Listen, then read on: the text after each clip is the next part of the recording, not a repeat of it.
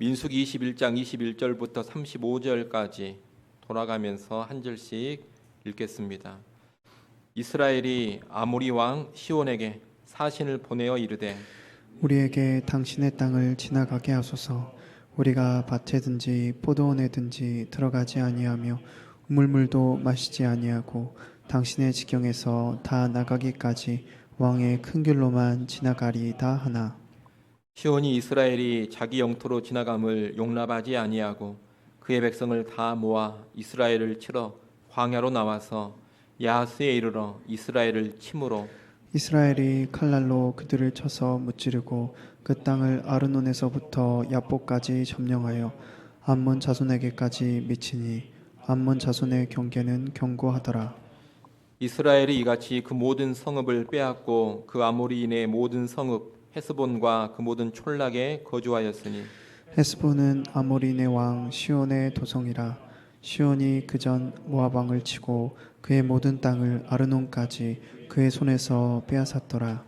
그러므로 시인이 읊어 이르되 너희는 헤스본으로 올지어다 시온의 성을 세워 견고히 할지어다. 헤스본에서 불이 나오며 시온의 성에서 화염이 나와서 모압의 아래를 삼키며 아르논 높은 곳의 주인을 멸하였도다. 모압아 내가 화를 당하였도다. 그모스의 백성아 내가 멸망하였도다. 그가 그의 아들들을 도망하게 하였고 그의 딸들을 아모리인의 왕 시온의 포로가 되게 하였도다. 우리가 그들을 쏘아서 헤스본을 디본까지 멸하였고 메드바에 가까운 노바까지 황폐하게 하였도다 하였더라. 이스라엘이 아모리인의 땅에 거주하였더니 모세가 또 사람을 보내어 야세를 정탐하게 하고 그 촌락들을 빼앗고 그곳에 있던 아모리인을 몰아내었더라. 그들이 돌이켜 바산 길로 올라가매 바산 왕 옥이 그의 백성을 다 거느리고 나와서 그들을 맞아 에드레이에서 싸우려 하는지라. 여호와께서 모세에게 이르시되 그를 두려워하지 말라. 내가 그와 그의 백성과 그의 땅을 내 손에 넘겼나니 너는 헤스본에 거주하던 아모리네 왕 시온에게 행한 것 같이 그에게도 행할지니라. 같이 봅니다. 이에 그와 그의 아들들과 그의 백성을 다 쳐서 한 사람도 남기지 아니하고 그의 땅을 점령하였더라. 아멘. 출애굽 40년 차에 이스라엘 백성들은 가데스 바네아에 도달을 합니다. 그곳에서 이스라엘 백성은 에돔 땅에 있는 왕의 대로를 통해서 가나안 땅으로 들어가려고 했습니다. 하지만 에돔의 거절로 인해서 편안한 길인 왕의 대로를 지나지 못하게 됩니다. 대신에 에돔 땅을 우회하는 험한 길을 거쳐서 비스가 산에 도달하게 됩니다. 그런데 이제 이 비스가 산에서 가나안 땅으로 들어가려면 아모리 왕 시온이 지배하고 있는 땅을 지나야 했습니다. 아모리 왕 시온이 지배하고 있는 땅 역시 그 땅 가운데 왕의 대로라는 큰 길이 나 있었습니다. 이 길을 지나야 하는 겁니다. 그래서 모세는 아모리 왕 시온에게 사신을 보내어서 우리 이스라엘에게 길을 열어달라 그렇게 요청을 합니다. 22절에 보면 아모리 왕 시온에게 모세가 부탁하는 내용이 나옵니다. 모세는 우리가 당신의 땅을 지날 때 밭이나 포도원에는 들어가지 않고 우물물도 마시지 않고 오직 왕의 대로로만 지나가겠다 그렇게 말합니다. 아모리 족속에게는 아무런 피해도 주지 않을 테니 왕의 대로로 그저 지나가는 것만 허락해 달라는 겁니다. 하지만 아모리 왕 시온은 이 제안을 거절합니다.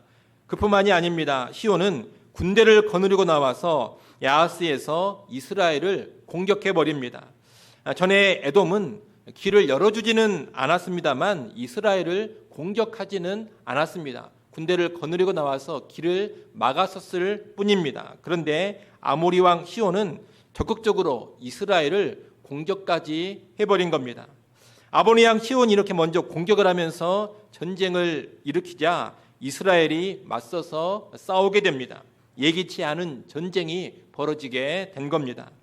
이 아모리 왕 시온은 상당히 강한 군사력을 가지고 있었습니다. 오늘 본문 26절에 보면 전에 이 아모리 왕 시온이 모압과의 전쟁에서도 큰 승리를 거두어서 모압의 영토 상당 부분을 빼앗았다, 그렇게 이야기를 하고 있습니다. 이런 승리를 거둘 정도로 아모리 왕 시온이 강력한 왕이었다는 겁니다. 그래서 시온은 이스라엘도 능히 자기가 이길 수 있으리라 이렇게 생각을 하고 이스라엘을 공격을 한 겁니다. 하지만 이 전쟁은 이스라엘의 대승으로 끝납니다. 24절, 25절 말씀을 한번 보십시오. 24절, 25절 같이 한번 읽어보겠습니다. 이스라엘이 칼날로 그들을 쳐서 무찌르고 그 땅을 아르논에서부터 야복까지 점령하여 암몬 자손에까지 미치니 암몬 자손의 경계는 견고하더라. 이스라엘이 이같이 그 모든 성읍을 빼앗고 그 아모리인의 모든 성읍 헤스본과 그 모든 촌락에 거주하였으니. 아멘. 이스라엘은 군대를 이끌고 나와서 이스라엘을 공격했던 헤스본 왕 아모리 왕 시온을 완전히 쳐서 무찔러 버렸습니다. 그 승리 후에 이스라엘은 계속 공격을 해서 아모리 왕 시온의 영토를 다 빼앗아 정복을 해버렸습니다. 수도인 헤스본을 비롯해서 아모리 왕 시온의 영토가 이제 다 이스라엘의 땅이 되어버린 겁니다. 이것이 워낙 큰 승리였기 때문에 훗날 이스라엘 시인의 노래로도 불려질 정도였습니다. 오늘 본문 27절부터 30절에 보면 그 시인의 노래가 쭉 나옵니다. 거기 보면 먼저 아모리 왕 시온이 모압을 크게 쳐부순 일을 말하고 있습니다. 그만큼 아모리 왕 시온이 강력했다는 겁니다. 그런데 그렇게 강력했던 시온을 이스라엘이 완전히 파기하고 정복해 버렸음을 노래하고 있는 겁니다. 이스라엘이 이렇게 아모리 왕 시온의 땅을 정복해 버리자 그 위쪽에 있던 바산 왕 옥이 이제 이스라엘과 싸우려고 나옵니다. 바산 왕 옥 역시 아모리 족속입니다. 바산 왕 옥은 같은 아모리 족속인 시온의 패배에 대해서 보복을 하려는 의도도 있었던 것 같고 또 이스라엘을 위협으로 느끼기도 해서 공격을 한 것으로 보입니다. 이 바산 왕 옥 역시 만만한 상대가 아닙니다. 신명기 3장 11절에 보면 이 바산 왕 옥은 거대한 체격을 지닌 거인족으로 나오고 있습니다. 그의 침상의 길이가 대략 4m 정도 되었다, 그렇게 기록을 하고 있습니다. 침상의 길이가 4m 정도라는 것은 이 바산 왕 옥의 키가 최소한 3m가 넘었음을 의미합니다. 바산 왕 옥은 골리앗과 같은 거인족이었던 겁니다. 이런 거인족 왕이 이끄는 군대와 싸워야 되니 긴장이 되고 두려울 수밖에 없습니다. 그래서 하나님께서는 오늘 본문 34절의 말씀을 모세를 통해 이스라엘에게 주십니다. 34절 말씀을 또 같이 한번 읽어보겠습니다. 34절 함께 읽습니다. 여호와께서 모세에게 이르시되 그를 두려워하지 말라. 내가 그와 그의 백성과 그의 땅을 내 손에 넘겼나니 너는 헤스본에 거주하던 아모리인의 왕 시온에게 행한 것 같이 그에게도 행할지니라. 아멘. 하나님은 승리를 약속하시면서 바산 왕 옥과 그의 군대를 두려워하지 말라고 하십니다. 바산 왕 옥과 그의 백성과 그의 땅은 너희의 손에 넘겨줬다고 하십니다. 승리와 정복의 약속을 주신 겁니다. 35절에 보게 되면 하나님의 이 말씀 약속대로 되었습니다. 이스라엘은 바산 왕 옥과 그의 백성을 다 쳐서 진멸했고 그의 영토를 모두 다 정복해 버립니다. 결국 이스라엘은 예기치 않은 이 두 전쟁을 통해서 헤스본 왕 시온과 바산 왕 옥의 땅을 다 차지하게 됩니다. 이 두 왕의 땅은 어디에 위치해 있느냐? 요단강 동편에 위치해 있습니다. 본래 요단강 동편은 약속의 땅이 아닙니다. 약속의 땅이 가나안인데 하나님은 가나안을 주시겠다 했을 때 이 요단 동편은 그 가나안 땅에 해당이 되지 않는다는 겁니다. 요단 동편은 약속의 땅이 아니었습니다. 그러나 오늘 본문의 전쟁을 통해서 이 땅을 이스라엘이 차지하게 된 겁니다. 이 요단 동편의 땅은 일종의 덤으로 주어진 선물이다, 이렇게 볼 수가 있겠습니다. 우리는 이 요단 동편에서 벌어진 전쟁과 그 땅의 정복을 보면서 두 가지를 생각해 보게 됩니다. 하나는 눈앞의 난관이 오히려 축복의 통로가 될 수 있다는 겁니다. 여러분, 이스라엘은 전쟁을 전혀 예상하지 않았습니다. 그런데 아모리 왕 시온이 군대를 먼저 이끌고 나와서 이스라엘을 공격한 겁니다. 바산 왕 옥도 군대를 이끌고 나와서 이스라엘을 공격했습니다. 전혀 예상치 않았던, 예기치 않았던 뜻밖의 전쟁이 벌어진 겁니다. 더욱이 이 아모리 왕 시온이나 바산 왕 옥은 대단히 강력한 왕들이라고 말씀을 드렸습니다. 대단히 강력한 왕들과 예상치 못한 전쟁을 해야 하는 그런 난관에 처한 겁니다. 여러분, 누가 전쟁을 좋아하겠습니까? 더욱이 강력한 적과의 전쟁은 그 누구도 원하지 않을 겁니다. 이 전쟁은 얼핏 생각하기에는 없었으면 더 좋았겠다, 처음에 그런 생각이 들 수 있는 전쟁입니다. 굳이 싸워야 될 지역도 아니었습니다. 이스라엘이 무슨 계획을 세워가지고 일으킨 전쟁도 아닙니다. 그저 상대방이 먼저 공격에 옴으로써 어쩔 수 없이 하게 된 전쟁이었던 겁니다.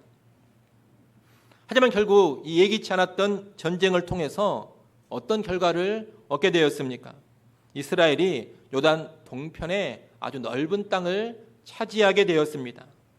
이 예상 밖의 전쟁이 없었더라면 그 땅을 차지할 일이 없었을 겁니다. 아울러 이 전쟁을 통해서 이스라엘은 하나님을 경험할 수가 있었습니다. 아모리 왕 시온과 바산 왕 옥은 쉽게 이길 수 있는 상대가 결코 아닙니다. 그들의 나라, 그들의 군대는 아주 강력했습니다. 하지만 하나님께서 함께 하시면 승리할 수 있다는 것을 이스라엘이 이 전쟁을 통해서 경험을 한 겁니다. 예기치 않은 전쟁을 통해서 하나님의 능력, 하나님의 도우심을 경험하게 되었습니다. 여러분, 요단 동편의 이 전쟁은 계속 말씀드린 것처럼 예기치 않은 전쟁이었고 또 쉬운 전쟁이 아닌 어려운 전쟁, 난관의 전쟁이었습니다. 하지만 이를 통해 넓은 땅도 결국 얻게 되었고 하나님의 능력도 새롭게 경험하는 그런 복과 은혜를 이스라엘이 누린 겁니다. 얼핏 보면 난관이요, 위기요, 어려움이었지만 사실 끝까지 가보니 그것이 축복이었던 겁니다. 그래서 그런 말을 우리 신앙인들이 많이 합니다. 고난은 변장된 축복이다, 또는 고난은 위장된 축복이다, 그런 말을 많이 하는 겁니다.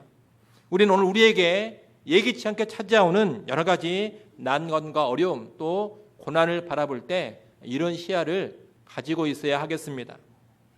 인생의 난관이나 어려움이나 고난을 좋아하는 사람은 하나도 없습니다. 환영하는 사람도 없습니다.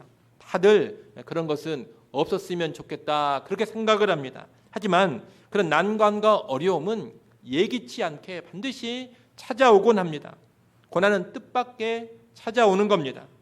내가 원하지도 않았고 때로는 내가 잘못한 것도 없습니다. 그런데도 뜻밖의 난관과 어려움과 고난이 우리 인생에 찾아온다는 겁니다. 여러분, 인생을 살면서 반드시 그런 일을 겪게 될 터인데, 그럴 때 왜 이런 어려움이 왔는가? 왜 이런 난관이 왔는가? 왜 없어도 되는 전쟁이 내 인생에 벌어지게 되었는가? 너무 그런 생각에만 빠져 있지 마십시오. 없었으면 좋았을 텐데 그런 생각에만 붙들려 있지도 마십시오. 난관과 어려움과 고난이 예기치 않게 찾아왔다면 그저 한숨 쉬고 탄식만 하고 있지도 마십시오. 또는 염려하면서 불안과 근심에 붙들려 있지도 마십시오. 믿음의 시야를 반드시 가져야 합니다. 하나님이 함께 하시면 얼마든지 이 난관과 어려움도 헤쳐나갈 수가 있을 것이다. 하나님으로 인해서 예기치 않는 어려움이었지만 반드시 극복할 수 있을 것이다. 이 어려움과 뜻밖의 난관이 하나님을 새롭게 경험하게 해줄 것이고 끝까지 가보면 반드시 축복이 될 것이다. 이런 믿음의 시야를 가져야 하는 겁니다. 여러분, 하나님은 우리 인생을 인도해 가십니다. 여러분, 이것이 우리 신자들의 고백 아닙니까? 하나님을 절대 주권자로서 그분의 주권, 그분의 섭리 가운데 우리의 인생, 나의 삶을 인도해 가고 계신다. 여러분, 이것이 우리 기독교인의 기본적인 신앙입니다. 그렇기 때문에 나에게는 뜻밖의 일이고 나에게는 예기치 않는 일이지만 그것이 하나님께도 뜻밖의 일이거나 갑작스러운 일인 것은 결코 아닙니다. 하나님의 주권과 하나님의 섭리 안에서 다 펼쳐지는 일들입니다. 합력해서 선을 이루시는 하나님의 인도 아래에 그런 일들이 펼쳐져 간다는 겁니다. 출애굽기 14장에 보면 출애굽한 이스라엘 백성을 하나님이 계속 인도해 가시는데 어디로 인도해 가시느냐? 홍해 바다가 있는 곳으로 인도해 가십니다. 하나님의 인도를 쭉 따라가다 보니 앞에는 홍해가 가로막고 있었고 뒤에는 애굽의 군대가 추격해 오는 상황이었습니다. 하나님이 이스라엘을 막다른 길로 인도해 가신 겁니다. 이스라엘은 앞에는 홍해 바다가 막고 있었고 뒤에는 애굽 군대가 추격해 오고 있었기 때문에 진퇴양난에 빠졌습니다. 이것은 이스라엘이 전혀 기대하지도 않는 상황이었고 예기치 않는 상황이었습니다. 그래서 이스라엘 백성은 심히 두려워했고 불안해했습니다. 하지만 하나님도 예기치 못한 상황은 아니라는 겁니다. 하나님은 다 계획이 있으셔가지고 이스라엘을 그 자리 그 장소로 이끌어 가셨습니다. 하나님 그 상황에서 어떻게 하셨습니까? 우리가 잘 아는 것처럼 홍해 바다를 갈라서 길을 만드셨고 이스라엘이 바다 사이의 길을 지나가게 하셨습니다. 그리고 추격하던 애국 군대는 홍해 바다에 다 수장시켜 버렸습니다. 이로 인해서 이스라엘은 하나님의 놀라운 능력을 생생하게 체험을 할 수가 있었고 출애굽한 이스라엘을 위협하던 애굽의 세력은 거기서 완전히 꺾여 버렸습니다. 길을 가로막고 있던 홍해 바다가 결과적으로 놀라운 축복의 통로가 된 겁니다. 우리 인생의 난관, 우리 인생의 고난이 바로 이와 같다는 겁니다. 우리에게는 예기치 않게 찾아오는 고난이요, 나는 기대하지 않는 어려움이지만 주권자가 되시고 나를 인도하시는 하나님은 다 계획 가운데 그런 일들을 허락하시는 겁니다. 하나님께는 결코 예상 못할 일이 아니라는 겁니다. 하나님의 계획 안에 있는 일이고 하나님의 주권과 섭리 아래에서 펼쳐지는 일들입니다. 그런 여러분, 예기치 않게 찾아오는 인생의 난관과 어려움을 좀 의연하게 대처하시기를 바랍니다. 하나님을 바라보는 믿음으로 꼭 그 앞에 서십시오. 하나님을 의지하는 믿음으로 또 반응을 하십시오. 믿음의 사람들에게 난관과 고난은 반드시 축복의 통로가 됩니다. 하나님을 새롭게 만나고 경험하는 계기가 되어집니다. 그래서 시간이 지나고 나면 그 어려움 당한 것, 고난 당한 것이 결국은 내게 유익이었다 이렇게 고백하게 되는 겁니다. 처음에는 이런 일이 없었으면 좋았겠다, 왜 하필 이런 일이 일어나는가 했지만 시간이 다 지나면 그것이 나에게 유익이었다 이렇게 고백하게 된다는 겁니다. 그리고 시인이 노래하는 것처럼 우리도 노래하며 하나님을 찬양하게 되는 겁니다. 이를 꼭 기억하시고 여러분에게 찾아오는 예기치 않은 고난과 난관과 어려움을 꼭 믿음의 눈으로 보시고 축복의 통로로 활용해 갈 수 있기를 간절히 바랍니다. 오늘 본문의 전쟁을 통해서 또 하나 알 수 있는 것은 승리는 전적으로 하나님께 달려 있다는 겁니다. 이스라엘은 이제 곧 가나안 땅으로 들어가서 아주 거대한 정복 전쟁을 감당해야 합니다. 아주 큰 싸움을 앞두고 있는 겁니다.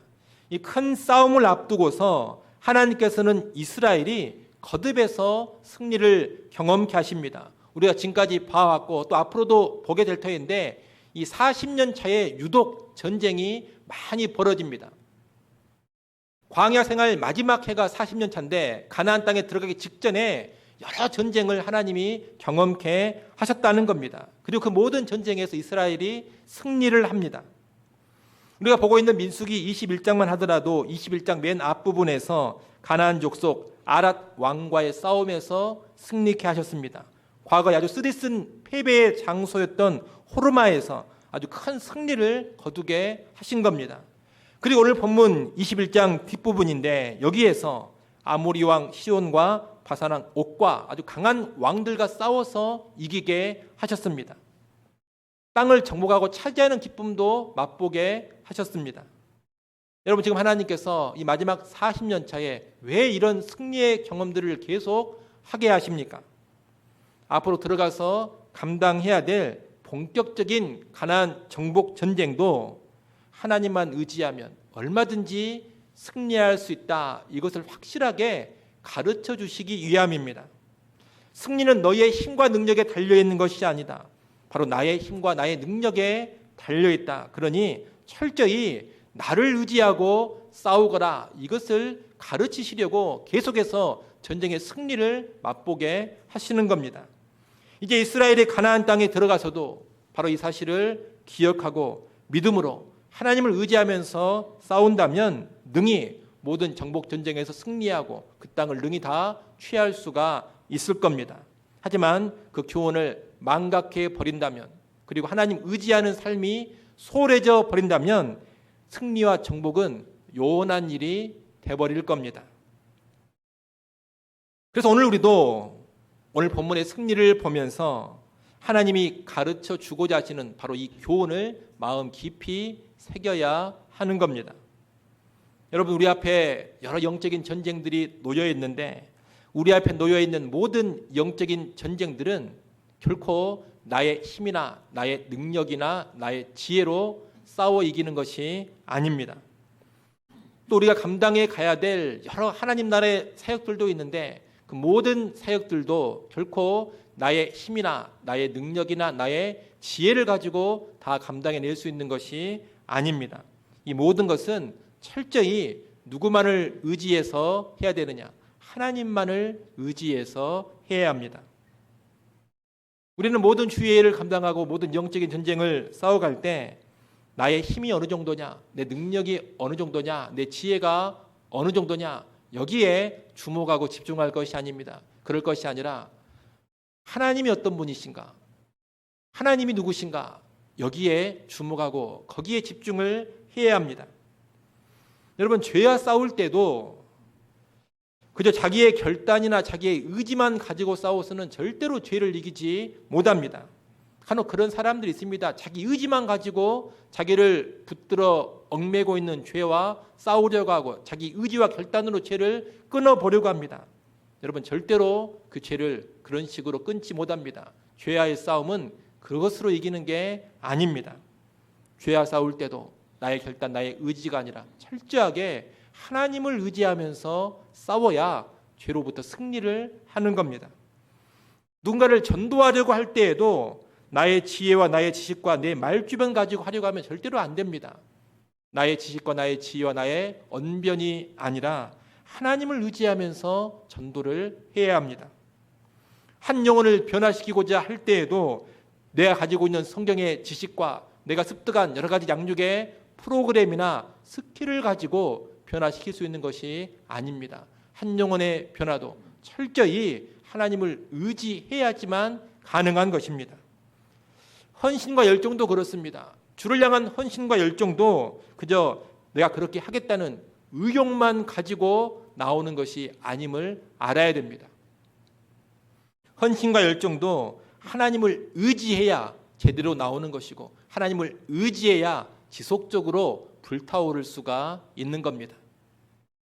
직분을 감당하고 인도자나 리더의 책임을 감당할 때에도 자기 능력 가지고 제대로 못합니다. 반드시 실패해야 합니다. 하나님을 온전히 의지해야지만 그런 직분도 제대로 감당을 하는 겁니다. 여러분, 하나님을 의지하며 나갈 때에만 우리 힘으로 안 될 것처럼 보이는 일들도 다 이루어지는 겁니다. 하나님을 의지하며 나갈 때 도저히 전도되지 않을 것 같은 사람도 전도가 되는 것이고 도저히 바뀌지 않을 것 같은 사람도 변화가 되는 것이고 내 힘으로 감당하기 버거운 그런 책임과 사명도 능히 감당하게 되는 겁니다. 또 하나님을 의지하며 나갈 때 헌신의 힘도 새롭게 나오는 것이고 열정도 식지 않고 끝까지 불타오르게 되는 겁니다. 하나님을 의지할 때 하나님의 능력으로 그렇게 된다는 겁니다.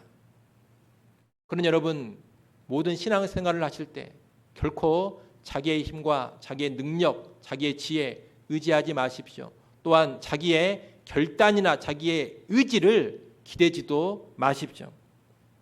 또는 교회 다닌 짬밥을 가지고 신앙생활을 하려고 하지 마십시오. 연수로 밀어붙이는 게 아닙니다.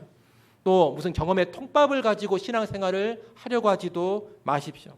그런 것을 다 내려놓으시고 하나님을 의지함으로 신앙생활을 하시고 하나님을 의지함으로 모든 사역들을 감당해 가십시오. 제가 지금 계속 하나님을 의지하라 이런 말씀을 드렸는데, 하나님 의지하라 이렇게만 말하면 좀 추상적입니다. 구체적으로 그러면 하나님을 의지하는 것이 어떤 모습이냐? 오늘 본문에는 하나님을 의지하는 삶 이것만 가르쳐주고 있습니다만, 성경을 전체적으로 본다면 하나님을 의지함의 핵심은 무엇이냐? 두 가지입니다. 기도와 순종입니다. 누가 하나님을 의지하는 사람이냐? 기도하는 사람이 하나님을 의지하는 사람이고, 하나님이 주시는 말씀대로 순종하는 사람이 하나님을 의지하는 사람입니다. 말씀이 떨어지면 뭔가 불안해 보이고 두려워 보이고 뭔가 안 될 것처럼 보여도, 말씀이 떨어졌으니 하라는 말씀대로 그대로 하는 것, 여러분 이렇게 나가는 사람이 하나님을 의지하는 사람이라는 겁니다. 그리고 또 기도하는 사람이 하나님을 의지하는 사람인 것입니다. 우리가 이 시간에 이 기도와 순종을 다 다루면 좋겠습니다만, 오늘 이 시간에는 기도만 잠깐 언급을 하겠습니다. 여러분, 한 사람이 하나님 의지함을 가장 먼저 보여주는 것이 뭐냐? 바로 기도입니다. 내가 하나님을 의지합니다. 이 삶이 가장 먼저 기도로 드러나게 된다는 겁니다.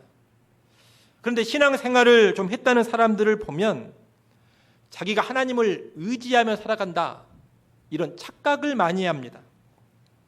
실제로는 의지를 하지 않는데 나는 하나님을 의지한다, 이렇게 착각을 한다는 겁니다. 어떤 식으로 착각을 하느냐? 하나님을 의지하며 살아야 되겠다, 이런 생각을 하나님 의지하는 것으로 착각을 합니다. 자기가 그런 생각을 하고 있으니 나는 하나님 의지하며 살아야 한다고 생각해, 나는 하나님 의지하며 살 거야, 이렇게 생각을 하고 있는데, 그 생각하는 자체를 가지고서 나는 하나님 의지하는 사람이야, 이렇게 착각을 한다는 겁니다. 또는 하나님을 의지하라, 이런 말씀의 선포, 말씀의 가르침 앞에 입술로 동의를 하면서 나는 하나님을 의지하고 있다, 이렇게 착각을 합니다.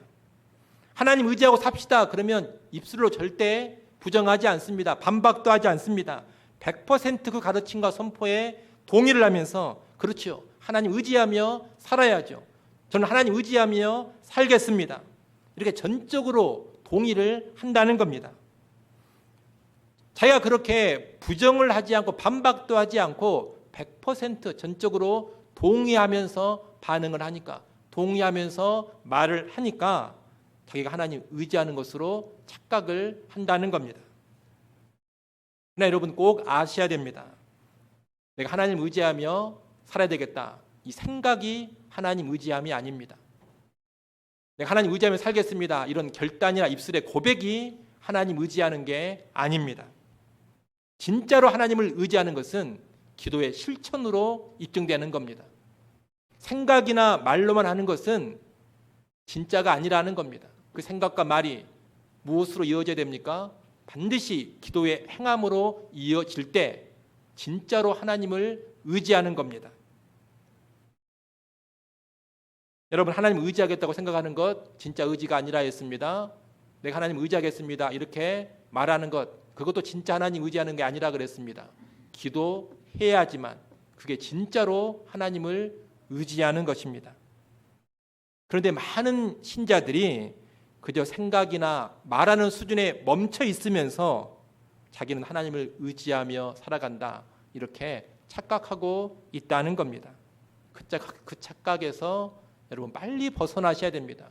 의지하지도 않으면서 의지하고 있다고 착각을 하니 하나님의 능력도 경험하지 못하고 하나님의 은혜도 실제적으로 누리지 못하는 겁니다.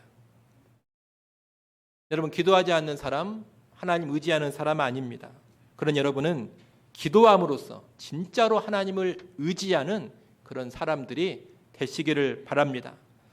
여러분, 혹시 내가 마땅히 해야 될 일임에도 불구하고 나의 능력이나 나의 힘이 부족해서 안 하는 것이 있지는 않습니까? 내가 마땅히 감당해야 될 책임인데도 불구하고 내 능력으로는 역부족이다, 이렇게 생각을 해가지고 포기해버린 어떤 일이 있지는 않습니까? 그렇다면 기도부터 다시 시작하시기를 바랍니다. 하나님, 제가 놓아버린 그 일을 다시 할 수 있게 해주십시오. 내가 마땅히 해야 될 그 일, 마땅히 감당해야 될 그 책임을 이제 감당하게 해 주십시오. 여러분, 그렇게 기도부터 시작을 하시라는 겁니다. 또한 여러분이 혹시라도 어떤 일과 사역을 하고는 있는데 무기력에 빠져 있지는 않습니까? 의욕 상실에 빠져 있지는 않습니까? 패배감에 젖어 있지는 않습니까? 자신감도 없고 또는 아무런 기대도 없이 그저 습관적으로만 사역하고 있는 어떤 일이 있지는 않습니까? 그렇다면 역시 기도로 하나님을 다시금 의지하시기를 바랍니다. 나를 도와달라고 여러분 기도하시고, 힘을 달라고 기도하시고, 능력을 달라고 기도하십시오. 하나님이 일해 주시고, 하나님이 열매 맺게 해주시고, 하나님이 역사에 달라고 기도하시기를 바랍니다. 여러분, 우리 하나님은 지금도 살아계신 하나님이시고 기도를 들으시고 기도에 반드시 응답하시는 하나님이십니다. 그렇기 때문에 오늘 우리가 이렇게 기도하면서 하나님을 의지하며 나아가면 하나님은 반드시 역사하십니다. 해야 할 일을 하게 하시고 감당한 일을 감당케 하십니다. 하나님이 의욕도 주시고 자신감도 주십니다. 하나님이 새로운 힘과 새로운 능력을 주셔서 열매도 풍성히 맺게 해 주십니다. 하나님의 능력으로 그런 일들이 벌어지게 된다는 겁니다. 이를 꼭 아시고 하나님을 의지해서 모든 사명과 모든 사역들을 감당해가는 믿음의 성도들 될 수 있기를 간절히 바랍니다. 오늘 말씀을 정리합니다. 우리는 오늘 예기치 않은 전쟁을 통해서 요단 동편 땅을 하나님의 능력으로 정복하게 된 이스라엘 백성의 모습을 봤습니다. 이를 통해 두 가지 교훈 살펴봤습니다. 하나는 예기치 않은 난관과 어려움, 고난이 축복의 통로가 된다는 겁니다. 또 하나는 자기의 힘과 능력이 아닌 하나님을 의지함으로써 승리를 얻는다는 겁니다. 여러분, 이런 내용을 기억하시고 여러분 앞에 찾아오는 고난과 난관과 어려움을 축복의 통로로 바라보시면서 대응해 가시기 바랍니다. 또한 모든 일에 있어서 하나님을 의지함으로, 특별히 기도를 통해 하나님을 의지함으로 승리를 누려갈 수 있기를 간절히 축원합니다. 기도하겠습니다. 아버지 하나님, 고난은 변장된 축복이라는 것을 우리가 꼭 알게 하시고 예기치 않게 찾아오는 모든 난관과 어려움과 고난 앞에 믿음의 시야를 가지고 믿음의 반응을 보이게 하여 주시옵소서. 아버지 하나님, 모든 고난과 어려움을 하나님 의지함으로 잘 이겨나가게 하시고 최후의 고난당한 것이 내게 유익이었다고 고백하고 찬양할 수 있는 주의 백성들이 되게 하여 주시옵소서. 혹시라도 지금 어려움과 난간 가운데 있다면 다시금 우리의 믿음의 눈을 열어주시고 믿음의 반응 보이게 하여 주옵소서. 아버지 하나님, 또한 우리의 모든 신앙의 삶과 모든 영적인 전쟁과 사역과 사명이 우리의 힘과 우리의 능력이 아닌 하나님의 힘, 하나님의 능력으로 승리한다라는 것을 확신케 하여 주옵소서. 하나님을 의지하는 주의 백성들 되게 하여 주옵소서. 무엇보다 기도함으로 하나님 의지하기를 간절히 바라고 원합니다. 식어버린 기도의 불을 다시금 우리에게 지펴주시고 하나님, 다시금 하나님 앞에 무릎 꿇으며 하나님을 의지하는 진정한 의지하는 백성들 되게 하여 주옵소서. 예수님의 이름으로 기도드리옵나이다. 아멘.